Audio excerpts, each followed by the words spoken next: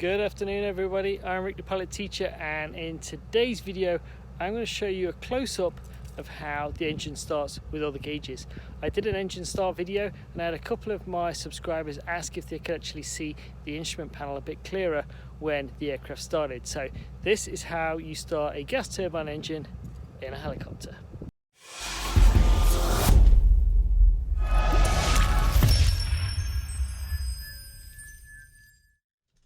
Okay, so get started. We're going to turn the master battery on, turn our fuel pumps on because they need 30 seconds to prime the fuel system. Whilst that's happening, I'm just going to get all my seatbelt on, get everything adjusted, get my door closed, and get ready to start the aircraft. Okay, so I'm doing my fuel pump check here, so I'm just turning off each fuel pump one at a time. I want to make sure the pressure doesn't drop and I get a fuel pump failure caution light. So both of those working good, no pressure drop. Next I'm doing a warning light test. I'm testing all the bulbs and all the colours on my screens are working correctly. You want to make sure that there's no bulb failure so that you don't get an issue and not see the actual caution or warning. So here I'm just doing a hydraulic accumulator test, checking that hydraulic light came on, and just now going into my book just to write down the date, engine start time, and what time I'll be lifting off. Okay, so now the fuel pumps are pressurized, the system can now carry on and just check the full free travel of the rotor brake, collective and the fuel control lever. That's all good. Making sure all my hydraulic switches are in the right position before engine start. Checking clear, making sure there's nobody around. Quick check of the voltage. Fuel pressure is good, so now we're ready to start the engine. So introducing fuel, hit the starter button. Fuel pressure is dropped, battery voltage has dropped slightly. Now I'm waiting for light off. Fuel pressure is good.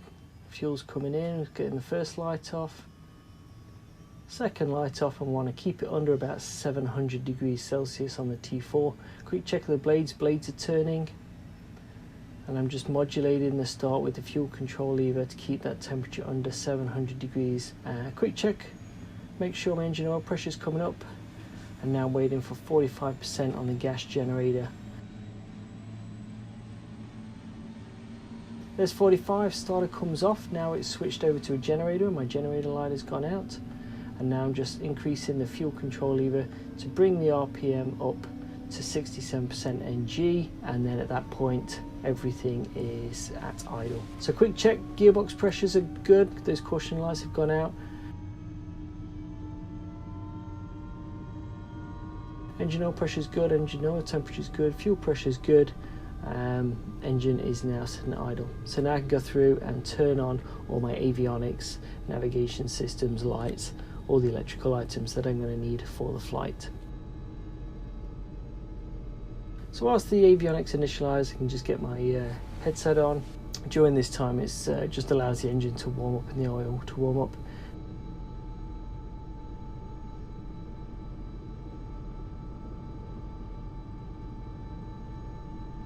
Now I'm just undone the cyclic friction, quick control check, make sure it's all free.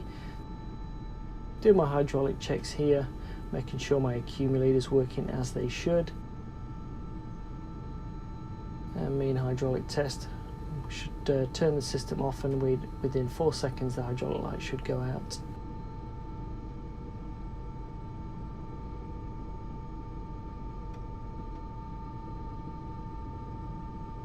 There it goes. So now I'm just putting in my nearest airport into the GPS so I can give accurate position reports to all the pilots in the area.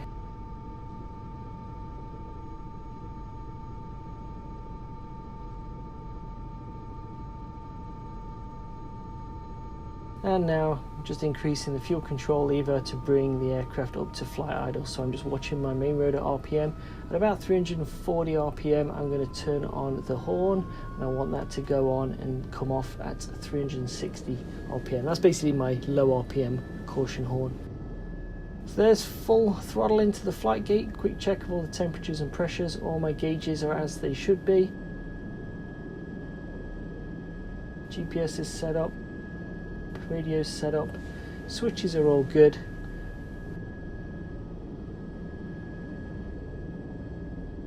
All my switches are where they need to be, and now we are ready to go fly. So collective is released, just raising the power here, just waiting for the aircraft to get light on its skids. There is getting light, and just pulling slowly to raise it into a hover to about 3 to 4 feet. Quick check, make sure my centre of gravity is good, area is clear to the right, and a left pedal turn to get the aircraft pointed into the direction of takeoff. I'm in a little bit of a confined area here, so quick check of all my gauges, make sure everything, temperatures and pressures are good. And now I'm starting to increase power and push forward on the cyclic to gain airspeed and start climbing out.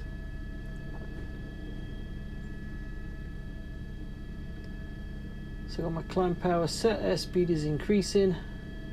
I'm going to generally get up to about 60 to 80 knots depending on where I'm coming out of.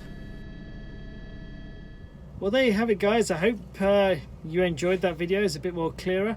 If you want to see the other video about how I start a helicopter engine, you can find it up in either this corner or this corner. I can never remember which one it is. But if you like this, cool. Give it a thumbs up, hit that subscribe button, and I'll see you on the next one.